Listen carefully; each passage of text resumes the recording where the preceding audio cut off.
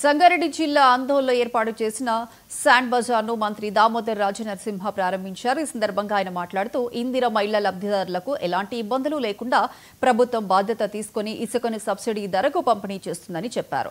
బయట మార్కెట్లో metric ton ధర 2000 నుంచి 2600 రూపాయల వరకు ఉందని, ప్రభుత్వం చొరవతో శాండ్ బజార్లో 1200 రూపాయలకి అందిస్తున్నామని చెప్పారు.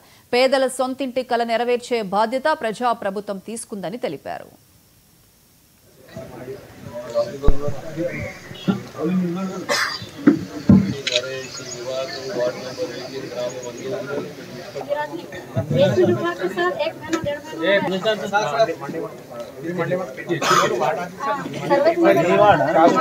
కనీసం 300 నుంచి 2600 మధ్యలో ఇసుక ధర ఉంటే ప్రభుత్వం తన వంతు బాధ్యతగా ఆ లబ్ధిదారునికి ఒక్కో ఇంటి పైన కనీసం 50,000 రూపాయల పొదుపును చూపెట్టాలి, 50,000 రూపాయలు మిగిలాలి అనే ఒక సదుద్దేశంతో ఈ శాండ్ బజార్ అనే కార్యక్రమాన్ని మొదలుపెట్టింది.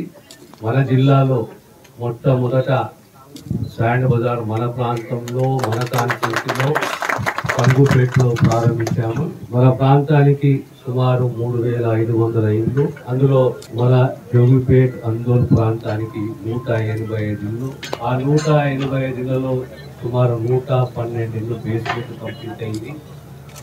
పేమెంట్ రెగ్యులర్ గా జరుగుతున్నాయి.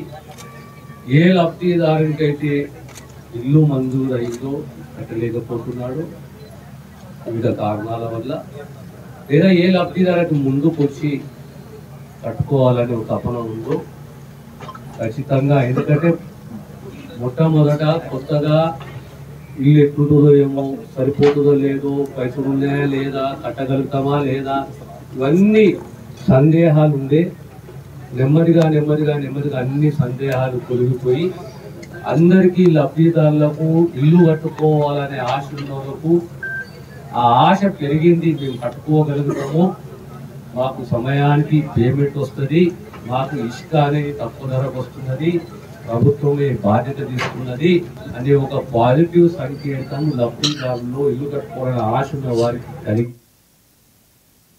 Mother Teresa